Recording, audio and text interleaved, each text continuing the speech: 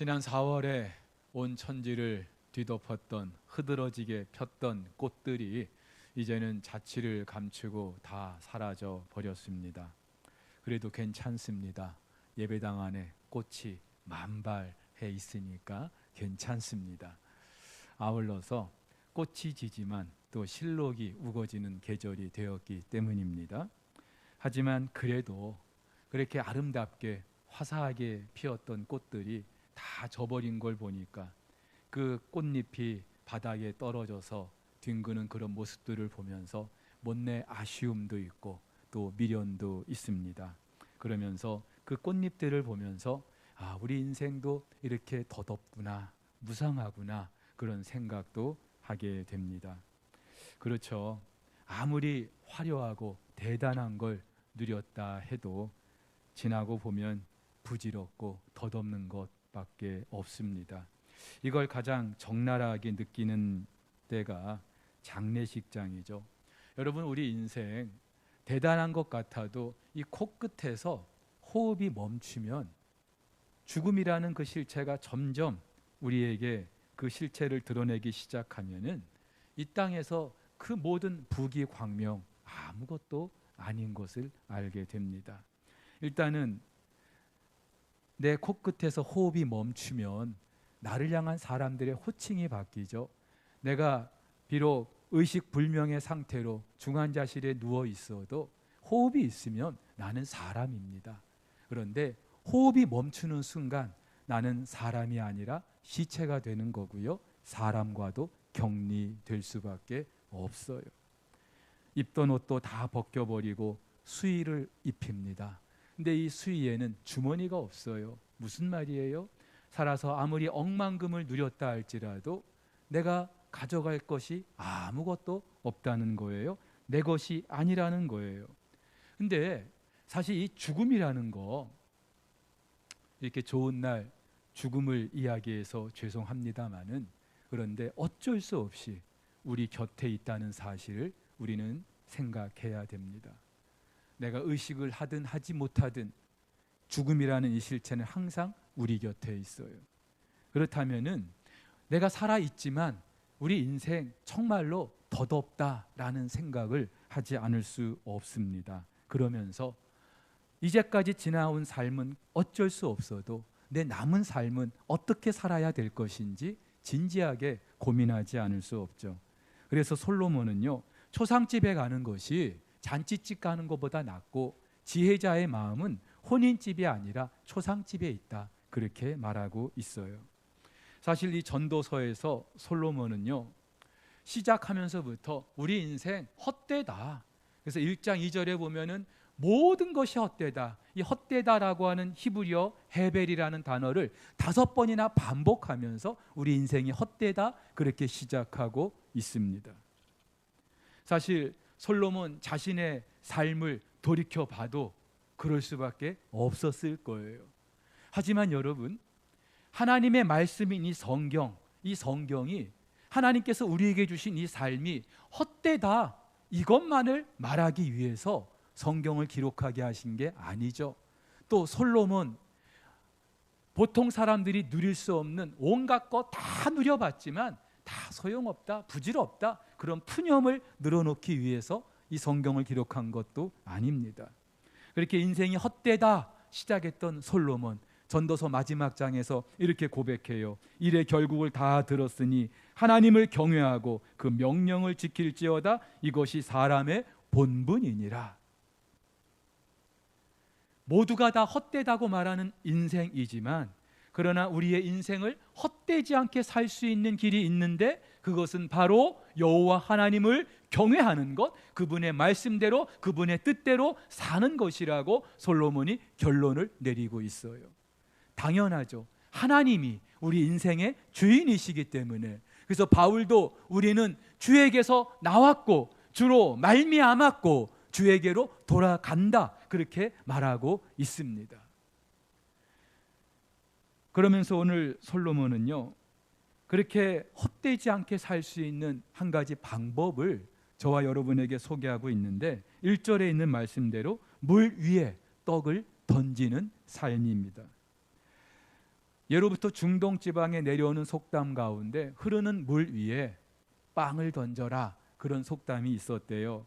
이 흐르는 강물, 이집트의 나일강을 말하는데, 나일강은 자주 범람을 했어요. 근데 이렇게 범람해서 홍수가 날 때마다 그 강 상류에서 사람들이 빵 조각을 던지거나 씨를 던지거나 그렇게 했다는 거예요. 왜냐하면은 그 빵 조각을 먹은 고기를 하류에서 낚아 올리게 하도록, 그리고 뿌린 그 씨앗이 어딘가에 가서 심겨지고 싹을 틔우고 열매를 거두게 하기 위해서. 내가 거둘 수 있는 거 아니잖아요. 내가 그 고기 낚을 수 있는 거 아닌데 누군가가 그 고기를 낚고 또 씨를 거두게 하기 위해서 흐르는 그 물 위에 빵이나 씨앗을 뿌렸던 거예요. 근데 사실 우리는 그렇지 못할 때가 많습니다. 내가 던진 거 내가 거둬야 되고, 내가 뿌린 씨앗 내가 추수해야 된다고 생각할 때가 많은 거예요. 내가 거둘 수 없다면, 내가 취할 수 없다면 우리는 던지지 않아요. 뿌리지 않아요. 근데 여러분, 성경은 절대로 그런 인생을 가치 있다고 말하지 않습니다. 대부분의 사람들이 내가 거둘 수 있는 것만 뿌리고 심는데, 성경은 절대로 그런 인생을 가치 있게 평가하지 않아요. 오히려 헛된 인생이라고 그렇게 말하고 있습니다. 자, 그렇다면 이제 저와 여러분들도 주님 앞에 서게 될 날이 점점 가까워지고 있는데, 내가 이 세상을 떠나는 그날에 내 주변에 있는 사람들에게 나의 지난 인생 절대로 헛되지 않았다, 그렇게 고백할 수 있기 위해서는, 우리 주님 앞에 섰을 때에도 주님, 저는 절대로 헛된 인생을 살다 오지 않았습니다, 그렇게 고백할 수 있기 위해서는 우리가 어떻게 해야 될까요? 오늘 우리가 어린이 주일로 지키고 있습니다. 갈수록 사회 전체적으로 다음 세대 그 숫자가 물리적으로 줄고 있어요. 아이들을 낳지 않으니까 어쩔 수가 없어요. 교회 학교도 마찬가지예요. 코로나 때문에 더 열악한 가운데 있습니다. 만약에 이대로 계속 간다면 아마 교회들이 텅텅 빌 수도 있을 거예요. 우리의 미래가 너무나 어두워져요. 그러나 우리 하나님은요, 우리가 절망이라고 생각하는 바로 그 지점에서 새로운 일을 시작하시는 분인 줄로 믿습니다. 우리가 생각할 때의 절망이지만 하나님은 지난 역사 속에서 당신의 나라를 이루어 오신 이래로 그 역사가 마무리되는 그 순간까지 한 번도 멈추지 않으시고 쉬지 않으시고 계속해서 그 일을 이루어 가시는 줄 믿습니다. 하지만 그렇다고 해서 하나님 당신이 다 알아서 하시니까 우리는 손 놓고 있어도 되겠네요, 이게 아니죠. 저와 여러분들이 분명히 해야 될 몫이 있어요. 우리 아이들뿐만이 아니라 다음 세대 전체를 위해서 저와 여러분들이 떡을 던져야 하는데, 여러분, 거창한 거 아니에요. 돈 들어가는 것도 아닐 수 있어요. 또 옛말에 미운 놈 떡 하나 더 준다고 했는데 미운 놈 위해서 하는 짓도 아니에요. 우리가 너무나 사랑하는 우리 다음 세대들, 우리 아이들을 위해서 우리 기성세대들이, 부모 세대들이 반드시 해야만 되는 일, 오늘 저는 몇 가지 여러분들과 좀 나눠보려고 하는데, 첫 번째는요, 꿈을 심어주는 것입니다. 여러분, 갈수록 우리 아이들 꿈이 없어요. 너 커서 뭐 하고 싶어? 몰라요. 너 앞으로 무슨 공부하고 싶어? 그냥 되는 대로 하죠. 대학 입시를 코앞에 두고 있는데도 대학 가서 뭘 전공해야 될지 아직 그걸 정하지 못한 아이들도 너무나 많아요. 자기 전공을 정하지 못했는데 자기가 앞으로 무슨 일을 할지 꿈을 가질 수 있겠습니까? 물론 성적 위주, 그리고 교육 위주, 입시 위주, 이것 때문일 수도 있어요. 무조건 공부를 잘해야만이 명문대학에 들어가고 그래야 뭐 성공하고 출세할 수 있는 기회가 있다라고 그렇게 계속 우리는 교육을 받아왔기 때문에, 뭐 사실 맞는 말이기도 하죠. 공부 잘해야 부자 될 수 있는, 성공하고 출세할 수 있는 그런 확률이 많기 때문에. 하지만 여러분, 과연 우리 사회에서 그런 성공과 출세를 나름대로 이루었다고 생각하는 그 사람들 얼마나 될까요? 공부 못하면 꿈도 사치입니까? 꿈도 꿀 수 없는 겁니까? 외람됩니다마는 저도 조금씩 나이가 들어가면서 이만큼 돼 보니까 제가 젊은 시절에 학교 다닐 때에 정말로 중요하게 생각했던 것, 이거 없으면 안 된다고 생각했던 것, 그거 없어도요 얼마든지 우리가 살 수 있고요, 또 얼마든지 이 세상에서 사람들에게 인정받고 또 영향력 있는 삶을 살 수 있더라고요. 제가 얼마 전에 페이스북에서 고등학교 동창을 만나게 됐어요. 근데 이 친구 학교 다닐 때 저보다 공부 못했어요.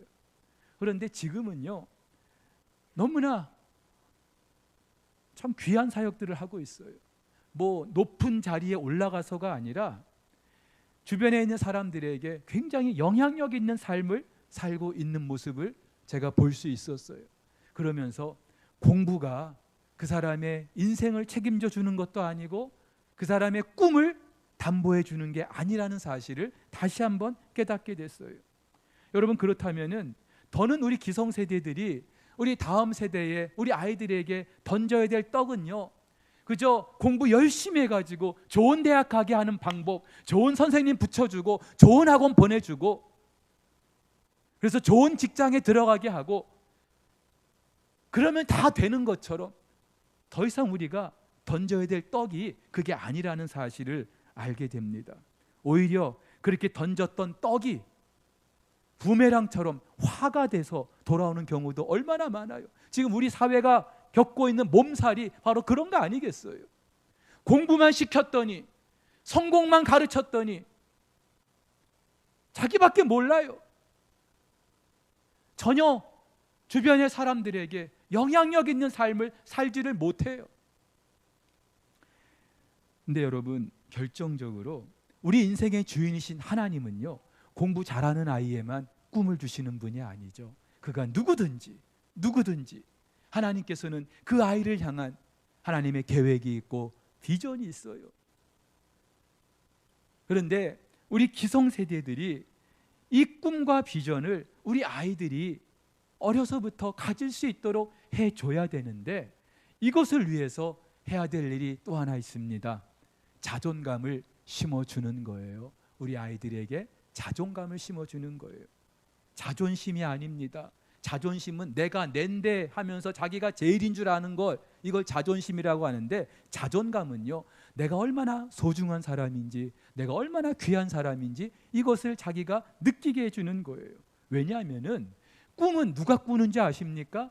공부 잘한다고요? 천만의 말씀이요. 공부 잘해도 자존감은 땅바닥에 있는 아이들이 너무나 많아요. 꿈은, 비전은 자존감이 있는 아이들이 가질 수 있는 거예요. 사실 저도 어려서부터 자존감이 그렇게 높지 않았어요. 이유는 많아요.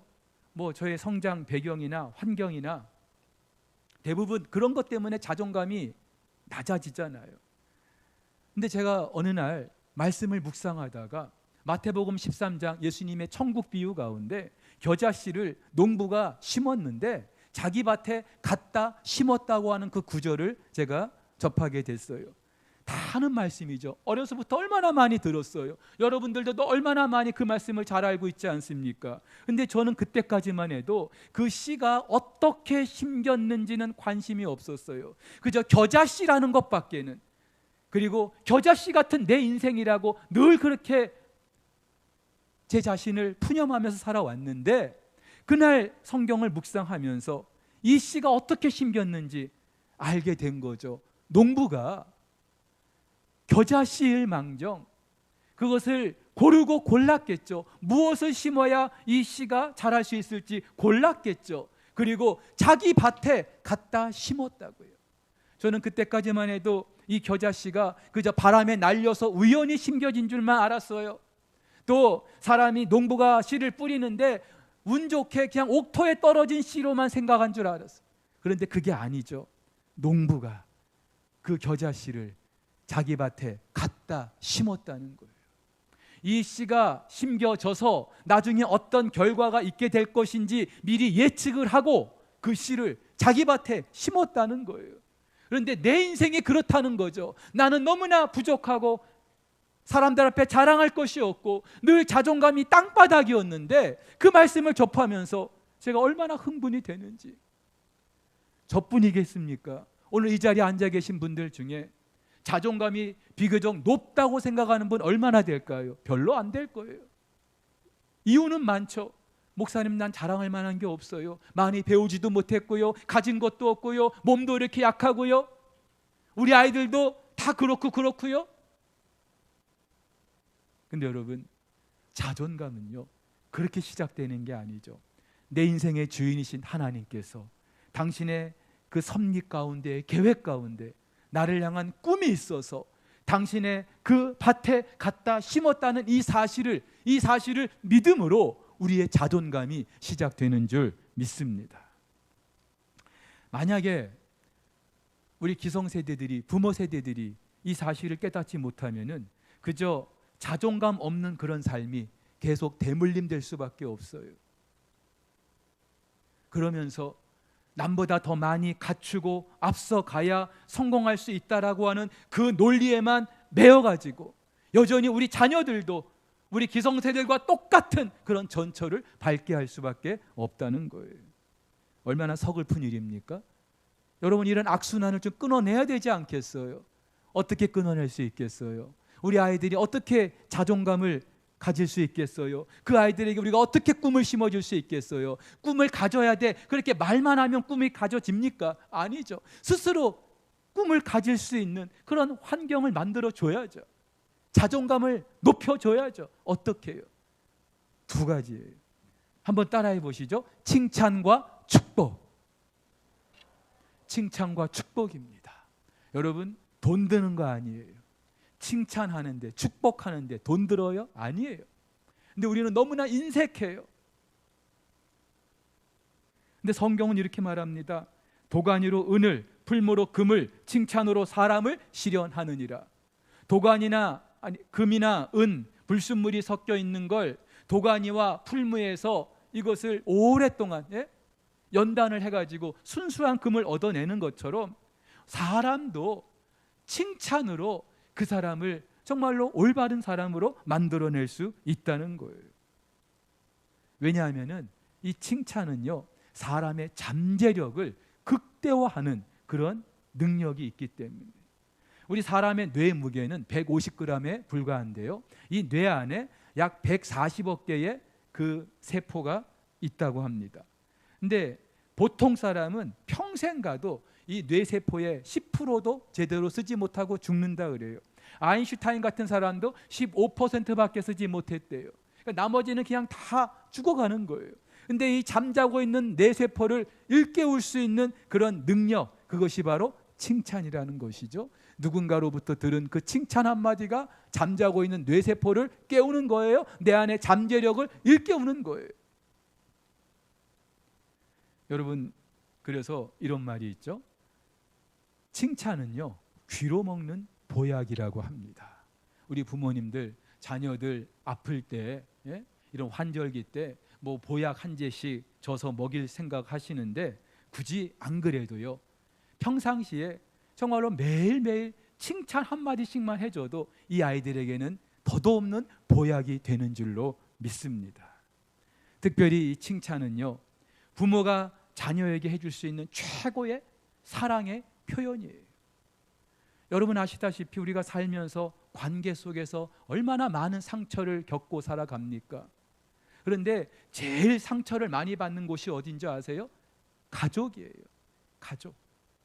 가정 안에서 부모로부터 또는 형제로부터 이런저런 상처를 받으면서 아파하는 그런 분들이 얼마나 많은지 몰라요. 가장 사랑을 받아야 될 사람들인데 오히려 상처를 받으니까 이분들이 자라면서 그 내면의 자아상이 굉장히 부정적인 자아상이 그려질 수밖에 없는 거죠.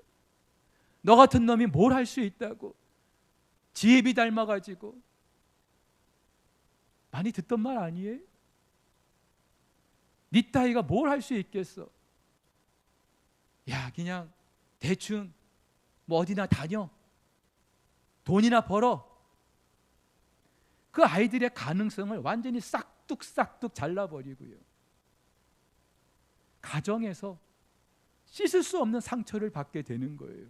그런 말을 들은 아이들이 자라면서 무슨 생각을 할까요? 긍정적인 생각을 할 수 있을까요?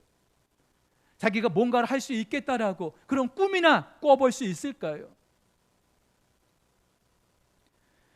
아울러서 여러분, 우리가 해야 될 일이 있는데 축복이에요. 칭찬과 함께 해야 될 일이 있다면 축복. 축복은요, 그 아이를 하나님의 관점에서 바라보고 그 아이 인생을 통하여 일하실 하나님을 높여드리는 행위예요. 어느 부모가 자녀를 축복하고 싶지 않겠어요? 근데 실제로 우리 부모들이 자녀를 축복하느냐? 그렇지 못할 때가 참 많아요. 왜냐하면 싹수가 너무나 노래 보이기 때문에. 부모가 생각해도 가능성이 없어 보이는 거예요.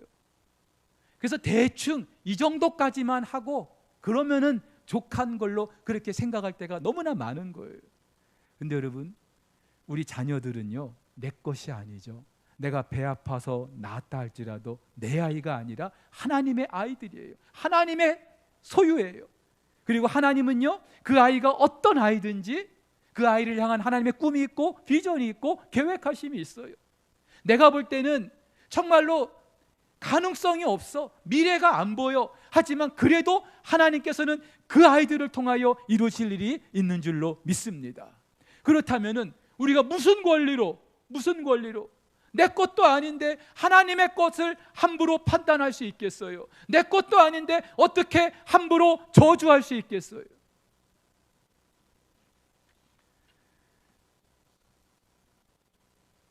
여러분, 우리 자녀들뿐만이 아니에요.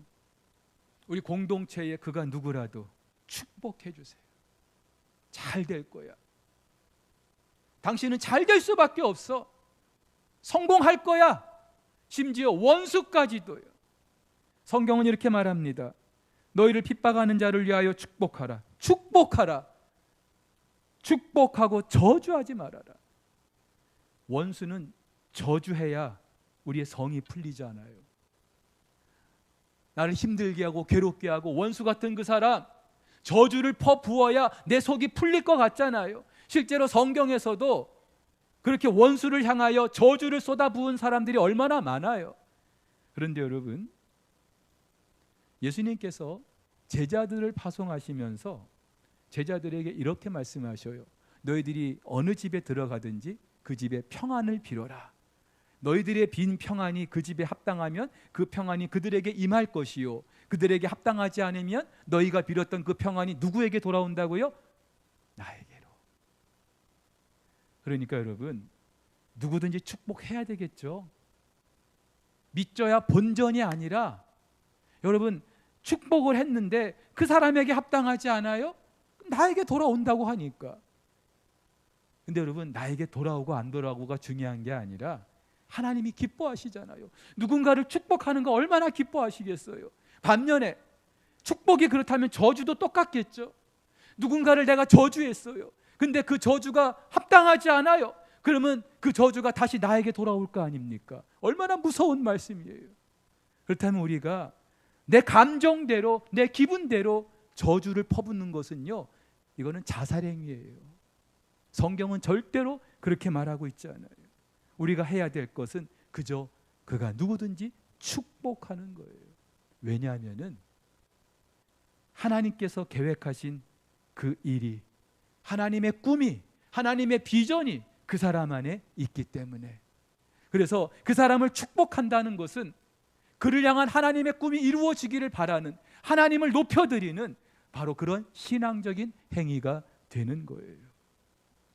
근데 오늘 저는 한 가지 더 추가하려고 합니다. 칭찬과 축복, 어쩌면 이걸 다 아우르는 말일 수 있는데 기도하는 거예요. 우리 자녀들을 위해서 기도하지 않는 부모가 어디 있을까요? 그런데 우리 공동체의 아이들 중에는요, 제가 광고 시간에도 말씀드렸지만 부모님의 그 기도를 듣지 못하고 자라는 아이들도 있어요. 주변에 누군가도 그를 위하여 기도해 주지 못하는 아이들이 있어요. 얼마나 안타깝습니까? 여러분, 일단 교회 출석하고 있다는 것은 하나님이 그 아이를 택하셨다는 증거 아니겠어요? 그렇다면 이 아이가 하나님의 그 선하신 뜻 가운데 자라주기를 누군가 기도해야 되지 않겠어요? 이 일을 그네들의 부모는 믿지 않더라도 우리가 하자고요. 우리가 내 아이인 것처럼 우리 공동체에 보내주신 거 얼마나 귀한 일이에요. 이 공동체에서 믿음 안에 자라게 된 것이 얼마나 감사한 일이에요. 하나님께서 앞으로 하실 일이 얼마나 크고 위대하겠어요. 그렇다면 이 아이들을 마음껏 우리가 축복하면서 기도하는 이 일이야말로 너무나도 귀한 일이 아닐 수 없는 거예요. 제가 아는 신학교 동기 목사님이 한 분 계셔요. 근데 이분이 어렸을 때 참 힘들게 살았어요. 부모님이 일찍 돌아가셔서 가장 역할을 해야 했고, 인천에서 판잣집으로 된 그 작은 단칸방에서 6 식구가 살았는데 그나마도 철거를 당하고 천막을 치고 살 수밖에 없는, 놀이터라고 해봐야 주변 미군 부대 그 쓰레기 더미가 유일한 놀이터였던 거예요. 그 속에서, 그런 환경 속에서 무슨 꿈과 희망이 있었겠어요? 근데 이분이 초등학교 때 우연히 컴패션이라는 그런 기구를 통해서 미국의 한 무명의 여성 후원자를 만나게 됩니다. 그러면서 그분의 편지를 받고 그분의 재정적인 도움도 받고 기도를 받으면서 이분이 공부할 수 있는 길이 열리게 되고 나중에 목사가 됐어요. 그리고 지금도 전주에서 얼마나 훌륭하게 목회를 잘하고 계시는지 몰라요. 근데 이분을 후원했던 그 여성분, 최근에 린다 푸르에라는 한 여자분인 것이 밝혀지고 인터뷰까지 하게 됐어요. 이 장면을 잠시 영상으로 좀 보도록 하겠습니다.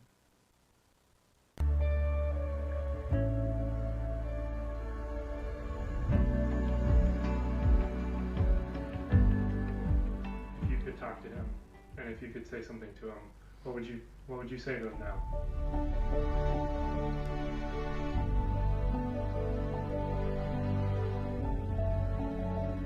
What would I say? Well, first of all, I'd give him a hug. You know, I know we're not supposed to hug, but I would give him a hug. Cho was my first sponsored child, and he was around 10 years old. Cute little thing. You know, I'm going, that's hard enough right there. He was too young to be the man of the house, and yet his dad was gone. And so little boys, he has had to grow up fast. It gave me a purpose. It gave me an outlet to show God's love. What does it mean to you knowing that he might be part of that as a pastor? Awesome. Absolutely awesome. That he is a pastor, that he's leading people now to the Lord. You know, to me it's just wonderful. I didn't feel like I was doing that much, but apparently it meant a lot to him. I'm so glad that he knows the Lord. I am so glad he accepted Jesus, and that one day we're going to be in heaven and we're going to be dancing on streets of gold together, and you know, and then we'll catch up.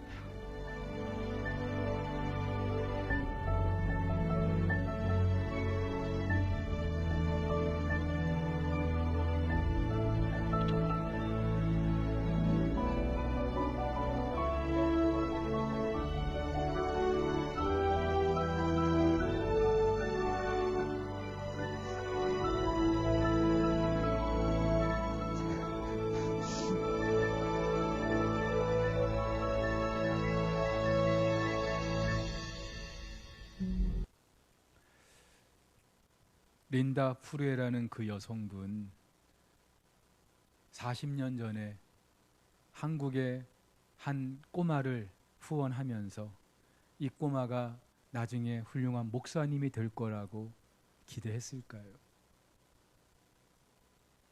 미국 수정교회 가면은 이런 글귀가 있다고 합니다. 누구든지 한 개의 사과 속에 있는 씨를 셀 수는 있지만 하나님만이 한 알의 씨 안에, 씨 속에 있는 사과의 수를 셀 수 있다. 한 개의 사과 속에 씨가 몇 개인지 그거 세지 못하는 사람이 누가 있겠어요? 그런데 그 작은 씨 안에 앞으로 얼마나 많은 사과가 있게 될지를 헤아릴 수 있는 분은 오직 하나님밖에 계시지 않는다는 거죠.